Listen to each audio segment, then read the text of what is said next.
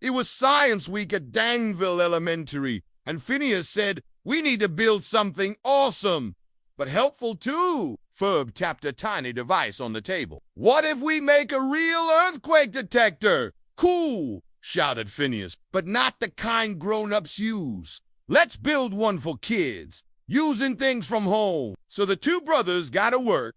A cardboard base, a small magnet, and coil. A battery and LED light, paper clips, rubber bands, and glue balgit helped connect the circuit. Candace tested it by shaking the table. Suddenly, the LED blinked red. "It works!" Isabella clapped. Phineas explained. "When the table shakes, the magnet moves inside the coil, making electricity. The light turns on." Ferb added, "It's how real seismographs work. Just super simple." They even added a buzzer and showed the school how to log earthquake vibrations, make simple bar charts, learn how waves move through the ground. Ms. Thompson, their science teacher, was so impressed, she said, "This is exactly what STEM is about. Science, technology, and teamwork." By the end of the day, every student made their own DIY earthquake detector and took it home. Phineas winked. "When knowledge shakes the earth,